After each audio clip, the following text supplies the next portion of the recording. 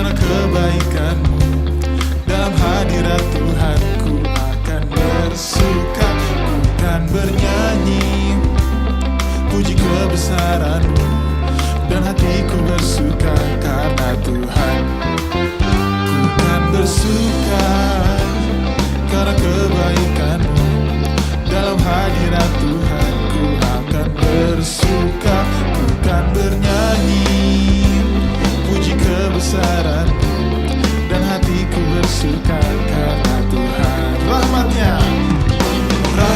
baru bagiku setiap hari, anugerah-Nya limpah bagiku.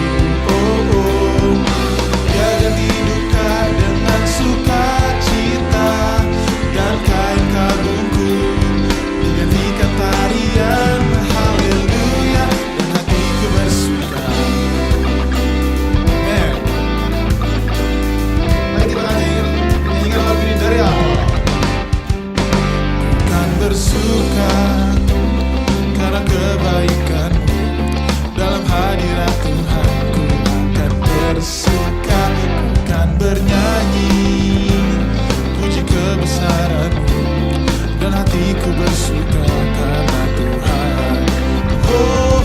Rahmat-Nya baru bagiku setiap hari, anugerah-Nya limpah bagiku. Dia ganti duka dengan sukacita, dan kain kagumku digantikan tarian. Haleluya, dan hatiku bersuka. Rahmat-Nya baru bagiku setiap hari, anugerah-Nya limpah bagiku. Dia ganti duka dengan sukacita, dan kain kagumku digantikan tarian. Haleluya, dan hatiku bersuka. Haleluya, dan hatiku bersuka. Haleluya, haleluya, haleluya, dan hatiku bersuka. Amin. Senang sekali kita bisa berkumpul kembali bersama di hari Minggu, dan sebentar kita akan mendengarkan firman Tuhan. Mari kita siapkan hati kita. Mari kita mengucap syukur atas kebaikan yang Tuhan sudah berikan kepada kita, saudara. Amin.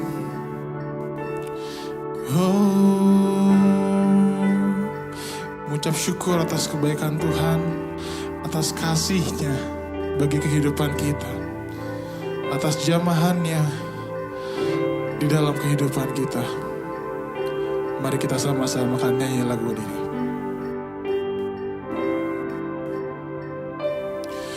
Bagaikan bejana siap dibentuk, demikian hidupku di tangan-Mu. Dengan urapan kuasa Roh-Mu, ku dibaharui selalu. Jadikanku alat dalam rumah-Mu, inilah hidupku di tangan-Mu. Bentuklah seturut kehendak-Mu, pakailah sesuai rencana-Mu.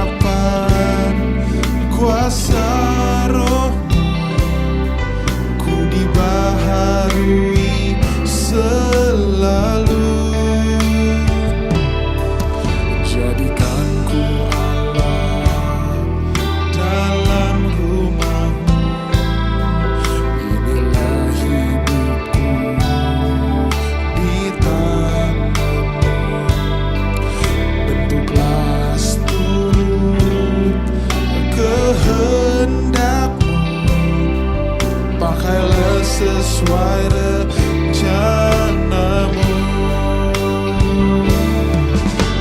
Ku mau seperti-Mu Yesus, disempurnakan selalu dalam segenap jalanku, memuliakan nama-Mu. Ku mau seperti-Mu Yesus, disempurnakan selalu dalam segenap jalanku, memuliakan nama-Mu. Ku mau seperti-Mu Yesus, ku mau seperti-Mu Yesus, disempurnakan selalu dalam segenap jalanku, memuliakan nama-Mu, memuliakan nama-Mu, memuliakan nama-Mu.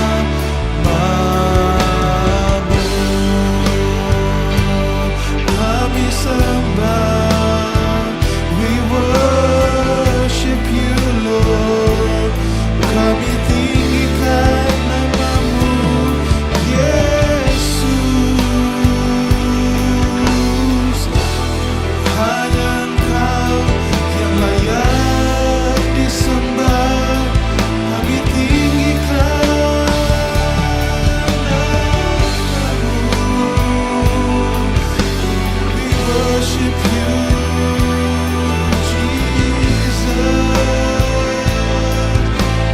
Oh, sebab Kau besar, perbuatan-Mu ajaib, tiada seperti Engkau, tiada seperti Engkau. Sebab Kau besar, perbuatan-Mu ajaib, tiada seperti Engkau,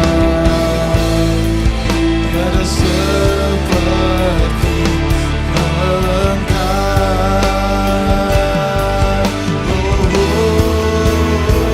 Sebab Kau besar, perbuatan-Mu ajaib, tiada seperti Engkau, tiada seperti Engkau. Sebab Kau besar, perbuatan-Mu ajaib, tiada seperti Engkau, tiada seperti Engkau. Oh, sebab Kau besar, perbuatan-Mu ajaib, tiada seperti Engkau, tiada seperti Engkau. Sebab Kau besar, perbuatan-Mu ajaib, tiada seperti Engkau, tiada seperti Engkau, tiada seperti Engkau, tiada seperti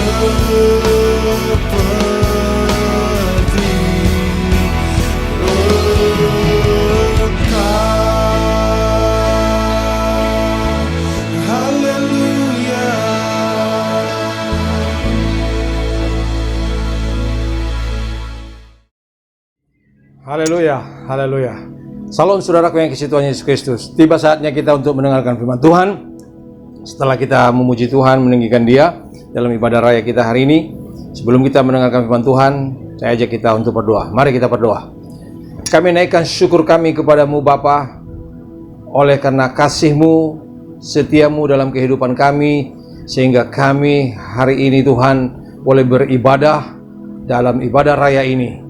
Tiba saatnya bagi kami untuk mendengarkan firman-Mu. Hamba berdoa dalam nama Tuhan Yesus Kristus. Biarlah Engkau mengambil alih jam pemberitaan firman Tuhan ini. Engkau rapi hamba-Mu yang Kau percayakan hari ini untuk menyampaikan kebenaran firman-Mu. Dan bagi kami semua yang mendengarkannya, boleh kami diberkati melalui kebenaran firman-Mu. Berfirmanlah Engkau ya Bapa, kami siap menerima berkat-Mu di dalam nama Tuhan Yesus Kristus. Haleluya. Semua yang percaya berkata, amin.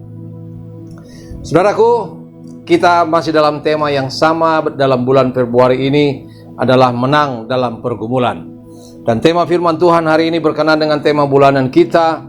Saya menyampaikan tema yaitu lepas dari tekanan. Kadangkala saudaraku, pergumulan kita itu bisa menjadi tekanan bagi kita ketika kita tidak mampu atau salah menanganinya atau salah menanggapinya. Dan mari kita belajar untuk itu. Mari kita buka Alkitab kita, saudaraku, yang terambil dari kitab 1 Raja-Raja pasal 19 ayat 1 sampai 11. 1 Raja-Raja 19 ayat 1 sampai 11. Saya akan bacakan, demikian firman Tuhan. Elia ke gunung Horeb.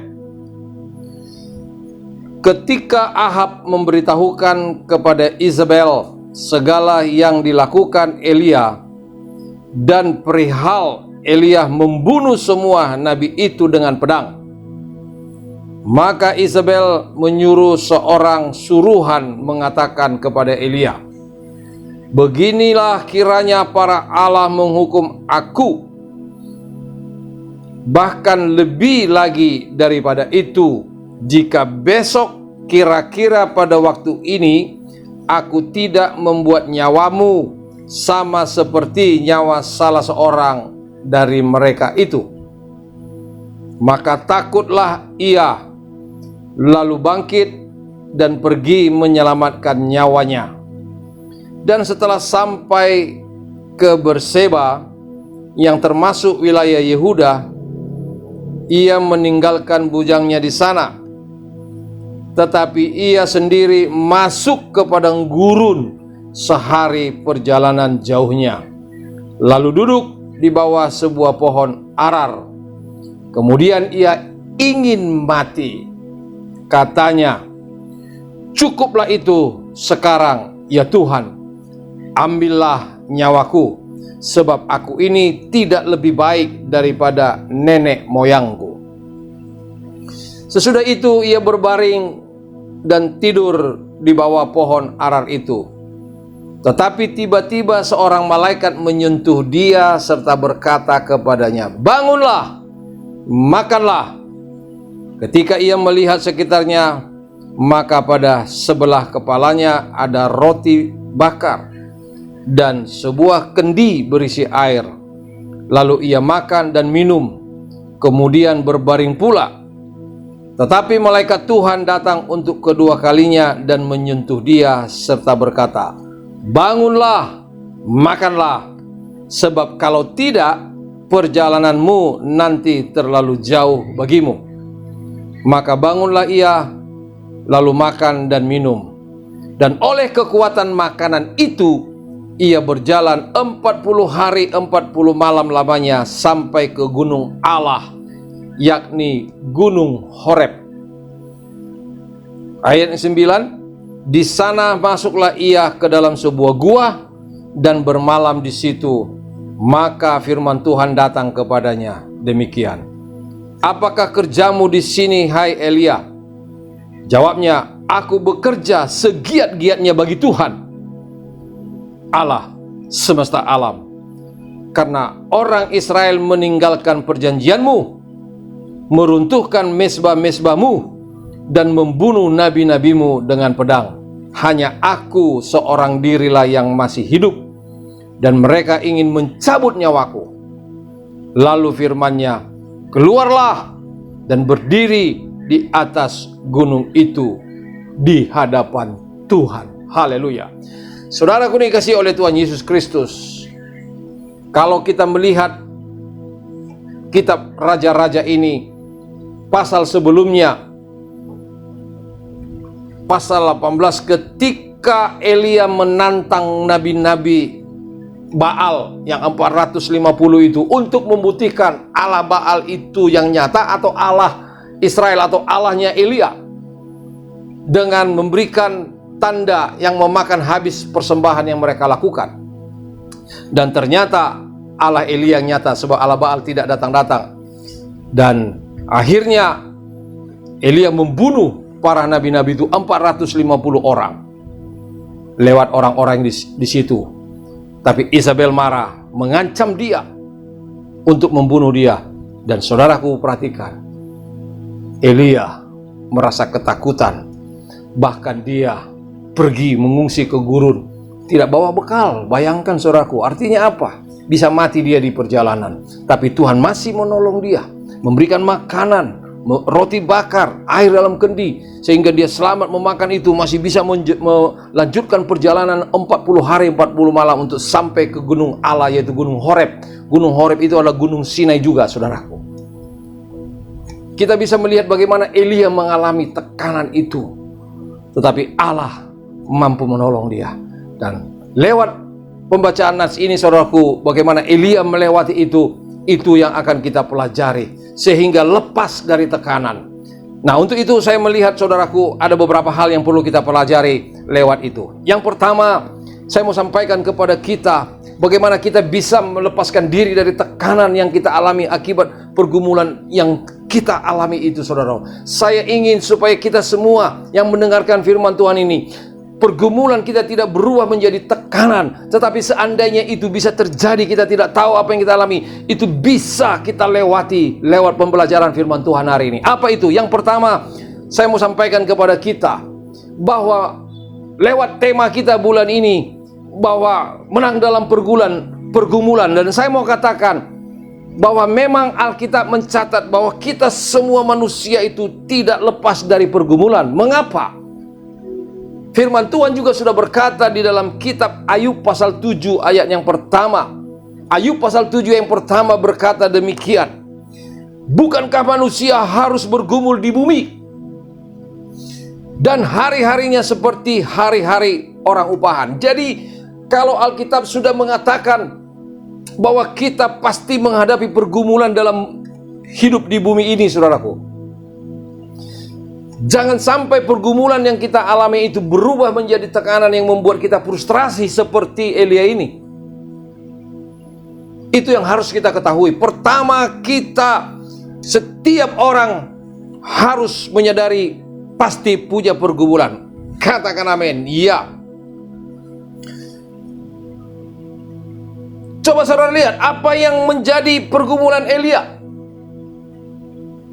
Setelah Elia membasmi para Baal-Baal itu yang membuat bangsa Israel pada waktu menyimpang oleh karena Ahab ikut Isabel menjadi menyembah Baal dan banyak orang-orang Israel. Elia sebagai nabi Allah menantang Baal itu, dan ternyata Elia menang lalu membunuh Baal itu. Tapi apa yang nyata? Elia diancam oleh Isabel dan dia merasa ketakutan. Pergumulan itu. Tapi sayangnya, saudaraku, Elia merasa frustrasi, tekanan itu.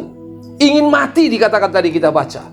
Tapi Allah menolong dia, saudaraku.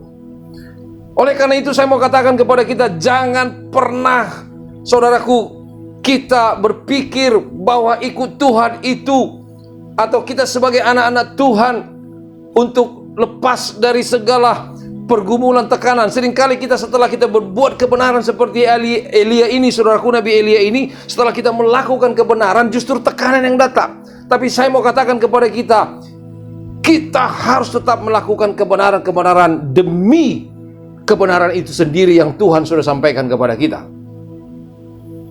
Saya yakin dan percaya, saudaraku, bahwa firman Tuhan juga sudah mengingatkan kita dalam kitab Roma pasal 8 ayat 22 sampai 23 bahwa kita anak Orang yang menerima roh sulung aja menderita mengeluh. Artinya memang ada pergumulan yang kita hadapi. Itu pasti, saudaraku. Jadi saya mau katakan, yang pertama yang harus kita pelajari bahwa kita pasti menghadapi pergumulan dalam hidup ini. Apalagi ketika kita melakukan kebenaran-kebenaran. Tapi jangan takut, saudaraku. Haleluya. Justru ketika kita menjadi anak Tuhan, saudaraku, maka iblis menjadi lawan kita yang utama, yang mau menelan kita. Dan itu harus kita lawan. Firman Tuhan juga mengatakan dalam 1 Petrus 5 ayat 8. Di situ dikatakan, saya mau katakan 1 Petrus 5 ayat 8, firman Tuhan berkata demikian. Sadarlah dan berjaga-jagalah, lawanmu si iblis. Bayangkan, lawanmu si iblis berjalan keliling sama seperti singa yang mengaum-aum dan mencari orang yang dapat ditelannya. Jadi saudaraku, bahwa kita punya lawan iblis yang mau menelan kita, tapi kita jangan pernah takut, dan dikatakan kita melawannya dengan iman kita, saudaraku. Haleluya. Jadi pergumulan itu, saudaraku, kalau saudara dengar ya selama minggu pertama, minggu kedua, minggu ketiga ini, bahwa kita bisa menang dalam pergumulan. Jadi tidak usah khawatir lewat itu, saudaraku. Pergumulan bisa, saudaraku, menjadi tekanan buat kita kalau kita salah menangani. Tetapi lewat pergumulan, saudaraku, kita bisa menang dan itu bisa menjadi berkat. Khotbah minggu pertama, saudaraku, kita boleh mendengarkan itu, saudaraku. Nah, poin yang kedua yang mau kita pelajari, saudaraku, bagaimana kita lepas dari tekanan itu. Saya mau sampaikan ya ayat yang ke-6.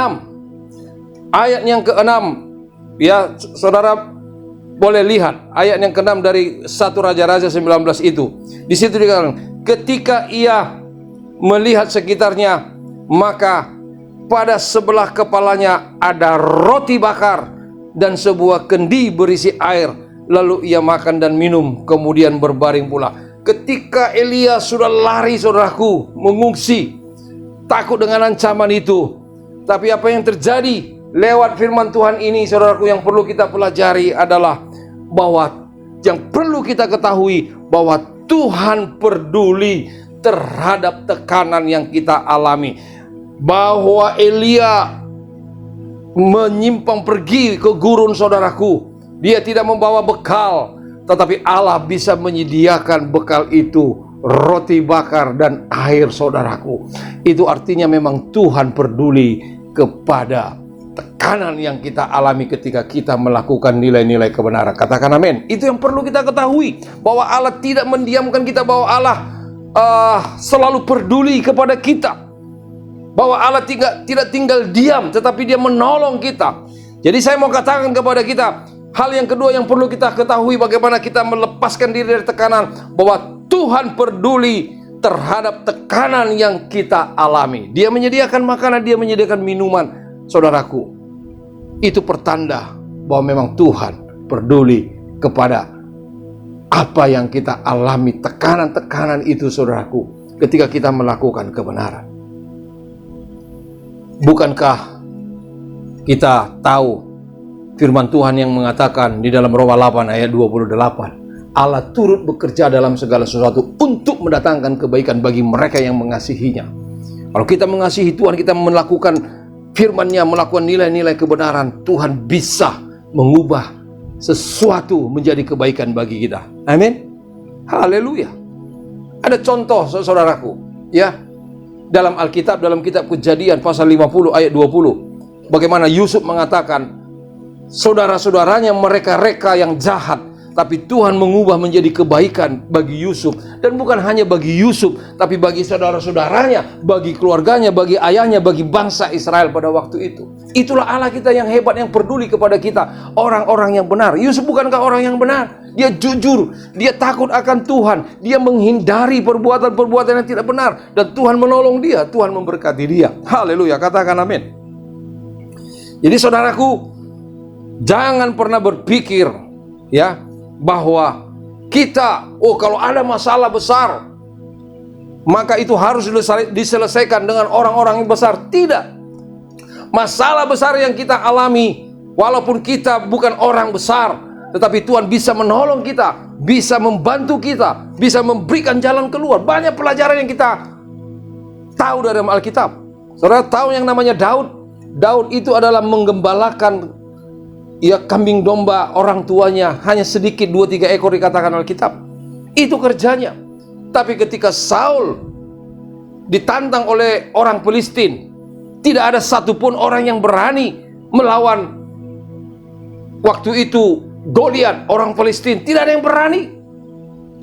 Tapi ketika Daud disuruh ayahnya hanya untuk mengantar makanan kepada abangnya yang sebagai tentara Saul pada waktu itu, dia mendengar bahwa orang Palestina pada waktu itu, saudaraku, menantang orang Israel. Daud tampil, dia berani dengan imannya, saudaraku. Dan kita tahu, bahkan menjadi sesuatu pembelajaran bagi orang kecil melawan orang besar. Orang kecil bisa menang. Jadi orang kecil bisa menang walaupun persoalan besar. Katakan amin. Ya, dan bukan hanya itu. Kita melihat bagaimana Gideon, ya saudaraku, yang tidak ada apa-apanya tapi dipakai Tuhan untuk berperang melawan pada waktu itu orang-orang yang menjadi lawan Israel pada waktu itu. Kita tahu Gideon, saudaraku, untuk mengalahkan orang-orang Midian pada waktu itu, dia punya tentara 32.000, tapi Tuhan menseleksi akhirnya dengan 300 orang. Bayangkan bahwa Gideon bisa mengalahkan orang Midian. Jadi persoalan besar yang kita alami bukan dengan orang-orang besar. Asal kita bersama dengan Tuhan, perkara besar bisa kita tangani. Amin. Haleluya. Saya mau katakan kepada kita bahwa Tuhan tidak akan membiarkan kita kalah dalam pergumulan kita, dalam hal-hal yang kita alami. Itulah sebabnya Daud berkata, saya akan bacakan Mazmur 37 ayat 23. Mazmur 37 ayat 23-24. Di situ dikatakan firman Tuhan, saudaraku. Tuhan menetapkan langkah-langkah orang yang hidupnya berkenan kepadanya. Perhatikan, Tuhan menetapkan langkah-langkah orang yang hidupnya berkenan. Apabila ia jatuh, tidaklah sampai tergeletak, sebab Tuhan menopang tangannya. Itu ada satu nyanyian kan? Kita tahu nyanyian itu. Tuhan menetapkan langkah-langkah orang yang hidupnya berkenan kepadanya. Apabila ia jatuh, tak sampai tergeletak, sebab Tuhan menopang tangannya. Haleluya. Saudaraku, saya mau katakan bahwa Tuhan menolong, menyertai, menetapkan langkah-langkah orang yang berkenan kepadanya. Haleluya.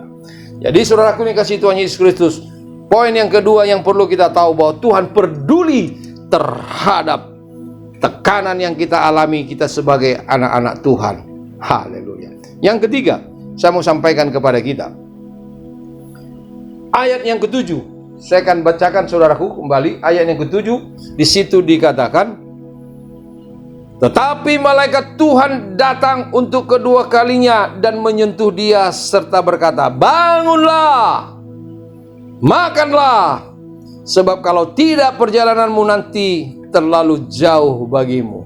Artinya apa saudaraku? Mari kita bangun, kita berdiri, kita bangkit. Itu artinya bangun, berdiri. Dan makanlah, dia katakan itu, untuk perjalanan hidup kita ini. Perjalanan kita masih jauh, di situ dikatakan. Artinya apa? Artinya ketika kita mengalami tekanan saudaraku, dalam pergumulan kita, maka kita harus keluar dari perasaan takut itu yang dialami oleh Elia. Rasa takut itu, malaikat bilang bangun. Jadi kita harus keluar dari rasa takut. Katakan amin. Ini poin yang ketiga yang saya sampaikan kepada kita. Bagaimana kita melepaskan diri dari tekanan itu? Keluar dari rasa takut. Seperti Elia ini, saudaraku. Akhirnya dia bangkit, saudaraku. Nah, biasanya firman Tuhan telah mengingatkan kita. Biasanya apa yang kita takutkan, itu yang terjadi. Betul? Saya akan bacakan ayatnya. Ayub 3 ayat 25. Ayub 3 ayat yang 25 firman Tuhan berkata demikian. Karena yang kutakutkan itulah yang menimpa aku, Dan yang kucemaskan itulah yang mendatangi aku. Jadi saudaraku, maka kita harus bangkit, kita harus keluar dari rasa takut. Nanti yang kita takutkan itu terjadi. Jadi artinya apa? Jangan pernah kita merasa takut dalam hidup ini ketika kita melakukan hal-hal yang benar. Nilai-nilai kebenaran kita kerjakan, walaupun banyak ancaman, walaupun tekanan dalam kehidupan kita. Kita harus keluar, bangkit saudaraku, haleluya. Jadi kita keluar dari rasa takut, katakan amin. Itulah bagaimana kita lepas dari tekanan saudaraku. Dan kita harus berpikir yang benar, bahwa jangan kita berpikir bahwa kita sebagai anak Tuhan tidak mengalami pergumulan. Tadi saya sudah sebutkan, Paulus berkata bahkan kita yang telah menerima karunia sulung roh, kita juga mengeluh dalam hati. Artinya memang ada pergumulan dalam kehidupan kita. Dan kita harus yakin bahwa dalam perjalanan hidup kita ini, ketika kita melakukan nilai-nilai kebenaran, menghancurkan perbuatan-perbuatan iblis, maka akan banyak tekanan yang kita alami, tapi kita tidak pernah takut. Haleluya. Bayangkan saudaraku, Yusuf, orang yang menjadi budak ya di rumah Potifar, pada waktu itu dijual oleh saudaranya, dia bisa sukses sebagai pembantu rumah tangga. Di penjara dia bisa menjadi saluran berkat, dan akhirnya dari lewat penjara itu dia dipakai di istana Firaun, bahkan diangkat menjadi orang pertama di Mesir selain daripada Firaun itu sendiri. Jadi saudaraku ini kasih Tuhan Yesus Kristus, ketika kita menjadi anak Tuhan, menjadi pelaku-pelaku firman Tuhan, maka kita harus tetap yakin bahwa Tuhan peduli terhadap kita, dan kita harus keluar dari tekanan itu. Jangan pernah ada rasa takut dan cemas menghadapi pergumulan. Jangan takut menghadapi pergumulan. Apa yang sudah saya sampaikan pada minggu pertama pada bulan Februari ini, saudara boleh membuka lagi YouTube, bagaimana pergumulan itu bisa berubah menjadi berkat. Luar biasa. Jadi pergumulan itu bisa menjadi berkat, seperti apa yang dialami oleh yaitu anak Ishak, Yakub, yang berubah menjadi Israel itu saudaraku. Pergumulannya bisa menjadi berkat. Saudara boleh buka itu YouTube pada minggu pertama pada bulan Februari ini. Jadi saudaraku ini kasih Tuhan Yesus Kristus, kita harus keluar dari rasa takut itu sendiri. Pertanyaannya Pak Pendeta, bagaimana bisa keluar dari rasa takut? Ya, pertanyaannya, ya. Mengapa? Saudara coba berpikir, mengapa orang ada rasa takut? Mengapa orang bisa rasa takut? Itu yang harus kita tahu. Mengapa orang bisa rasa takut, saudaraku? Yang pertama saya mau katakan kepada kita, penyebabnya adalah orang yang takut itu adalah biasanya orang yang bersalah, betul? Takut karena salah, berani karena benar, bukan berani karena dibayar. Haleluya. Orang takut karena salah. Jadi karena itu saudaraku, mari. Tetapi kita lihat justru seolah-olah itu tidak benar. Loh, Elia malah dia melakukan kebenaran, tapi kok rasa takut? Nah, poin yang kedua saudaraku, saya mau katakan, memang biasanya orang rasa takut itu timbul karena merasa bersalah. Tapi ada lagi saudaraku yang perlu kita tahu sehingga kita bisa menangani rasa takut itu. Kalau kita tidak bersalah, tidak perlu rasa takut. Nah, ada lagi rasa takut itu bisa timbul di dalam kehidupan seseorang. Yang kedua mau saya sampaikan, orang takut adalah orang yang merasa tidak mampu mengatasi masalah itu. Nah, ini dia, seperti Elia ini saudaraku. Dia merasa tidak mampu, sudah diancam saudaraku. Dia takut, maka dia lari, mengungsi tanpa bekal makanan. Bayangkan, artinya kalau orang Indonesia mengatakan untung, untung Tuhan memberi dia makan sehingga memberikan kemampuan berjalan 40 hari 40 malam, saudaraku, di padang gurun. Bicara padang gurun itu adalah pencobaan, saudaraku. Artinya apa? Dan saya mau katakan kepada kita, jangan ada rasa takut. Memang kita seperti Elia, ya, kita mungkin tidak mampu mengatasinya, tapi saya mau katakan, jangan takut. Mengapa? Karena kita harus percaya firman Tuhan. Kita memang tidak mampu, tapi mari saya ajak kita membaca di dalam Filipi pasal 4 ayat 13. Filipi 4 ayat 13, firman Tuhan berkata demikian. Segala perkara dapat kutanggung di dalam Dia yang memberi kekuatan kepadaku. Filipi 4 ayat 13. Segala perkara dapat kutanggung di dalam Dia yang memberi kekuatan. Artinya Tuhan akan memberi kekuatan kepada kita sehingga kita mampu menangani, kita menanggung perkara-perkara. Katakan amin. Iya, itulah sebabnya jangan pernah ada rasa takut. Keluar dari rasa takut, sebab Tuhan akan memampukan kita. Dia memberi kekuatan kepada kita. Kita lewati pergumulan yang kita alami. Dan tema bulanan kita Februari ini, menang dalam pergumulan. Saudara, percaya apapun yang menjadi pergumulanmu. Soal penyakitkah? Soal kebutuhankah? Soal masa depanmu? Biarlah firman Tuhan yang kita dengar selama bulan ini, saudara aminkan dan jalani hidup ini. Bukan hanya sekedar tahu, tapi lakukan, saudaraku. Termasuk soal hari ini.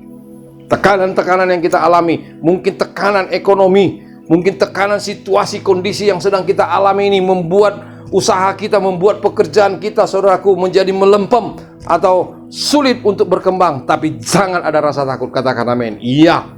Artinya, saudaraku yang kasih Tuhan Yesus Kristus, kita harus keluar dari rasa takut itu. Makanya jangan pernah mengandalkan diri. Itulah sebabnya firman Tuhan mengatakan dalam Yeremia 17 ayat 7, diberkatilah orang yang menaruh harapannya, yaitu diberkatilah orang yang mengandalkan Tuhan, yang menaruh harapannya kepada Dia saja. Tuhan yang akan memampukan kita. I can do everything in God who strengthen me. Artinya kita dapat melakukan segala perkara karena Tuhan memberikan kekuatan kepada kita. Haleluya. Poin yang keempat, saudaraku. Poin yang keempat, saudara perhatikan. Luar biasa firman Tuhan ini. Bagaimana kita lepas dari tekanan ini. Poin yang keempat di situ, ayat yang ke-8, perhatikan. Maka bangunlah ia, lalu makan dan minum. Dan oleh kekuatan makanan itu, ia berjalan 40 hari 40 malam lamanya sampai ke gunung Allah, yaitu gunung Horeb. Gunung Horeb itu gunung Allah, di mana juga Allah memberikan 10 perintahnya kepada Musa. Itu gunung Horeb itu yang sekarang disebut gunung Sinai. Kalau orang-orang pergi ke Israel lewat Mesir, itu biasanya dibawa ke gunung Sinai. Tapi ada orang yang tidak mau karena tinggi dan perginya pagi, saudaraku, ya. Saya pernah ke Israel tapi tidak lewat ke gunung Sinai karena kita tidak melalui Mesir, kita melalui Yordan, saudaraku. Tapi oke, bukan itu yang mau kita katakan, bahwa gunung Horeb itu adalah gunung Allah. Dan saya mau katakan poin yang keempat ini, di situ dikatakan apa yang mau kita pelajari dari situ, yaitu hadapi tekanan dengan kekuatan makanan yang disediakan Tuhan. Jadi Elia bangun dan dia makan makanan yang Tuhan sediakan itu, yaitu roti dan air yang di dalam kendi itu. Tiba-tiba Tuhan menyediakan makanan. Jadi artinya apa yang kita pelajari? Bagaimana Elia keluar dari tekanan itu, dia makan makanan yang disediakan Tuhan. Amin. Jadi saudara kalau mau lepas dari tekanan, makanlah makanan yang disediakan Tuhan. Oh, haleluya. Pertanyaannya, makanan-makanan yang disediakan kepada Elia itu apa, Pak Pendeta? Nah, saya mau katakan, bagi kita makanan jelas adalah firman Tuhan. Amin. Ya, Yesus berkata di dalam Matius 4 ayat yang keempat. Saya akan bacakan. Matius 4 ayat yang keempat, firman Tuhan berkata demikian. Tetapi Yesus menjawab, ada tertulis, manusia hidup bukan dari roti saja, tetapi dari setiap firman yang keluar dari mulut Allah. Artinya saudaraku, kita akan hidup lewat makanan kita itu adalah firman Tuhan. Yesus berkata, manusia hidup adalah dari firman Tuhan. Jadi makanan utama kita saudaraku, firman Tuhan. Iya.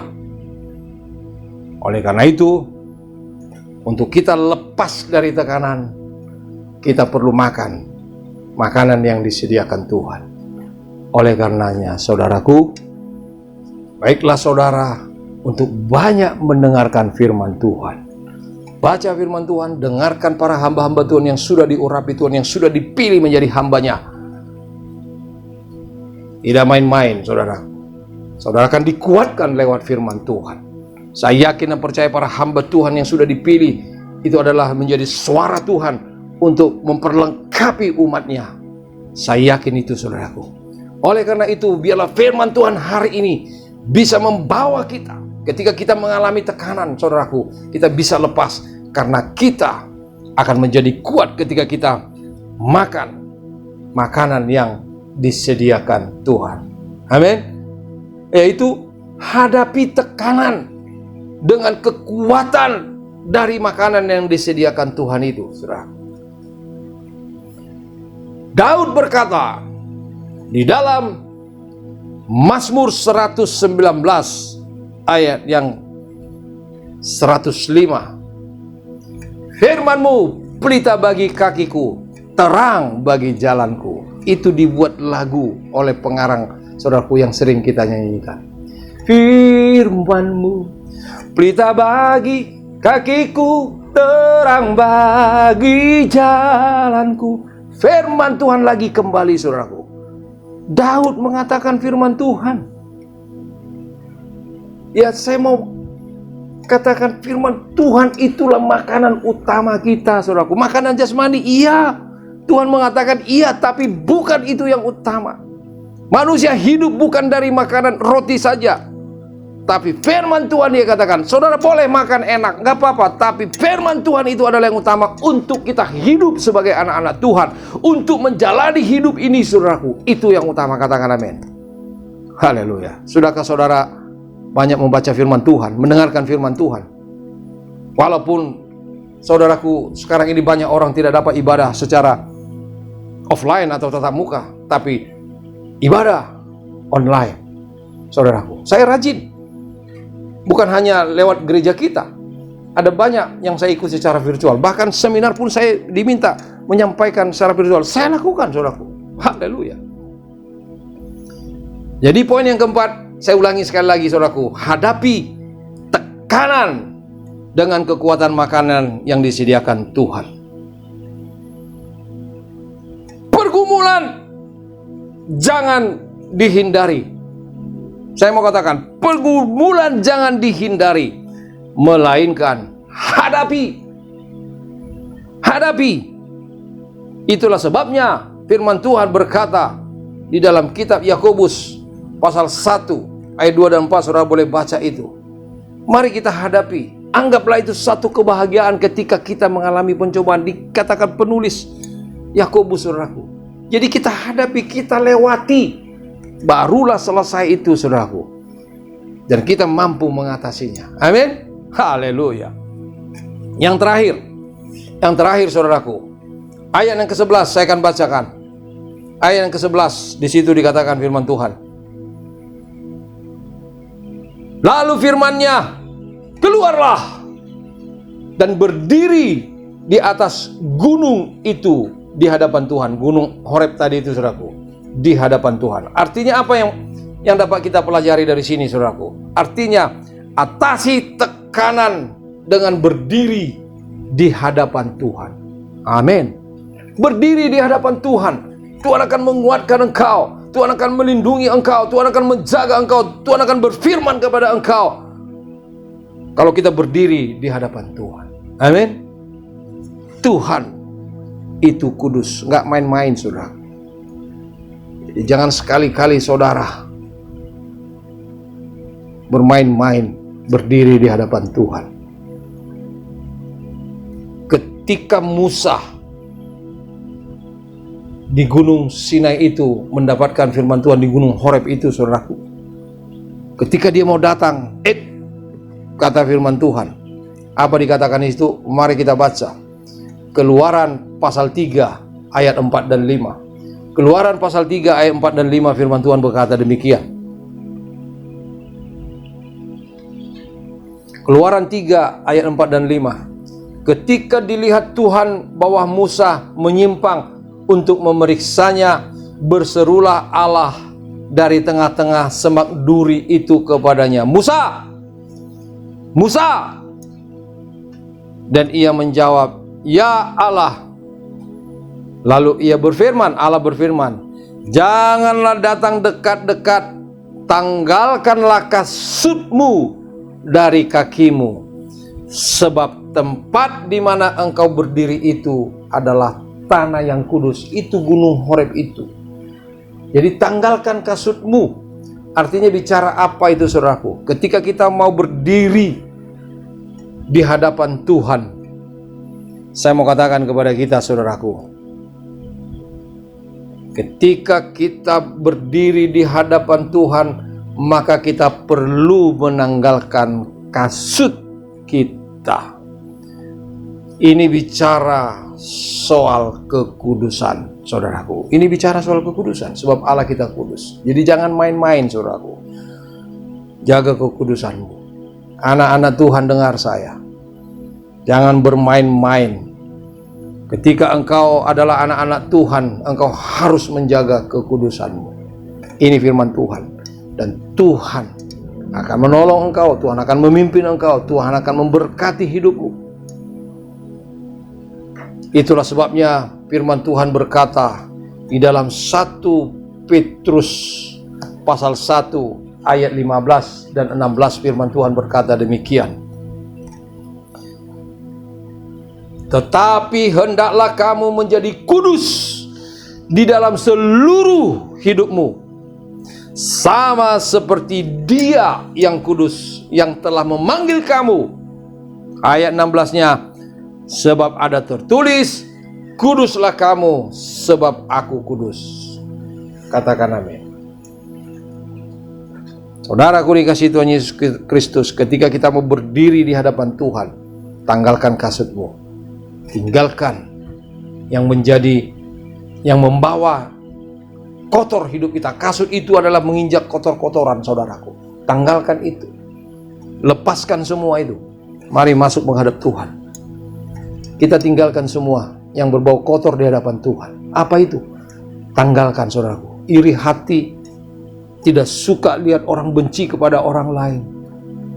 Ubahkan itu. Mencuri, berzina, apalagi. Tanggalkan semua itu.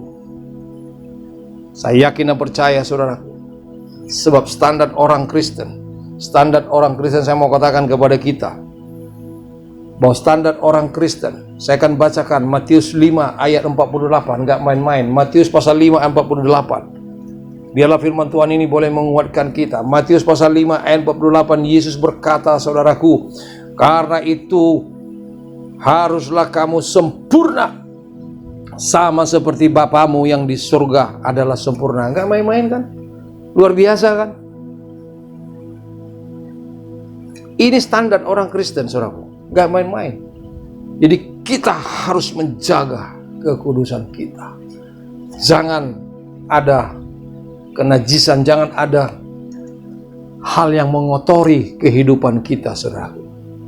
Ayat yang terakhir saya mau bacakan kepada kita. Ibrani pasal 12, saudaraku, ayat yang ke-14, firman Tuhan berkata demikian. Berusahalah hidup damai dengan semua orang dan kejarlah kekudusan, sebab tanpa kekudusan tidak seorang pun akan melihat Tuhan. Saudaraku dikasihi Tuhan Yesus Kristus, atasi tekanan dengan berdiri di hadapan Tuhan seperti Elia ini. Tuhan minta berdiri di gunung Allah di hadapan Tuhan. Dan akhirnya Elia, kalau saudara baca ayat berikutnya, dia terus mengerjakan tugasnya, mengurapi raja yang berikutnya tengah-tengah bangsa Israel. Lalu dia juga mengurapi Elisa, saudaraku, untuk sebagai nabi akan menggantikan dia. Artinya apa? Kita bisa dipakai Tuhan untuk menjalankan tugas-tugas kita berikutnya ketika kita sudah lepas dari tekanan itu. Saya yakin, saudaraku, ialah firman Tuhan ini boleh memberkati kita. Bagaimana kita lepas dari tekanan, saudaraku. 5 hal yang perlu kita ketahui, yaitu yang pertama, bahwa setiap orang pasti menghadapi pergumulan. Ya, jangan sampai pergumulan itu, saudaraku, menjadi suatu tekanan yang besar, yang berat bagi kita seperti Elia. Tapi seandainya pun itu, ketika kita menghadapi tekanan yang besar itu, kita perlu tahu bahwa Tuhan peduli terhadap tekanan yang kita alami. Sebagaimana Elia, Tuhan memperhatikan dia, bahkan memberikan makanan itu. Dan yang ketiga, saudaraku, keluarlah dari rasa takut. Sebagaimana Elia, dia keluar, dia bangkit, saudaraku. Dan yang keempat, saya mau katakan kepada kita, hadapi tekanan dengan kekuatan dari makanan yang disediakan Tuhan. Dan yang terakhir, atasi tekanan dengan berdiri di hadapan Tuhan, saudaraku. Oleh karena itu, mari persiapkanlah dirimu. Kita tidak tahu apa yang akan datang terjadi. Kita berharap pandemi ini akan selesai. Tapi seandainya belum selesai, jangan membuat kita patah semangat. Jangan mereka-reka hal-hal yang lain. Jangan mempersalahkan orang lain. Jangan mempersalahkan negara. Jangan mempersalahkan pendetamu. Jangan mempersalahkan oleh yang lain seperti itu. Apapun alasannya, saudara. Tapi tunggu. Lihat tangan Tuhan bisa mengubah segala sesuatu untuk kebaikan bagi kita. Amin. Kita sendiri pun mengalami kesulitan lewat pandemi ini. Tempat yang selama ini tempat ibadah kita tutup, saudaraku. Kita pernah mencoba di gedung Yayasan Persaudaraan. Begitu kita mulai pandemi turun lagi, kita stop lagi. Dan kita berharap apa yang akan terjadi beberapa minggu ke depan, kita bisa ibadah lagi sesuai dengan rencana Tuhan. Kita tetap berusaha, tapi kehendak Tuhan yang jadi. Kita terus berusaha. Saya yakin dan percaya, lewat ibadah-ibadah yang kita lakukan, baik secara virtual maupun secara offline atau tatap muka, biarlah Tuhan akan berbicara kepada kita. Katakan amin. Amin. Haleluya. Amin. Mari kita berdoa, saudaraku. Mari kita semua berdiri, kita sikap doa di hadapan Tuhan. Saya mengajak saudara untuk merenungkan firman Tuhan yang sudah kita dengar selama bulan Februari ini dengan tema menang dalam pergumulan. Saudaraku, biarlah firman Tuhan yang kita dengar selama sebulan ini dan khususnya juga hari ini, saudara boleh dikuatkan. Apa yang menjadi pergumulanmu, Tuhan bisa mengubah itu menjadi berkat. Kita sudah mendengarkannya. Saya yakin dan percaya hari ini pun, ketika engkau mendengarkan firman Tuhan, jangan engkau mengeraskan suaramu, mengeraskan hatimu, tapi biarlah engkau terima firman Tuhan. Hari ini Dia mau menolong, Dia mau memberkati saudara.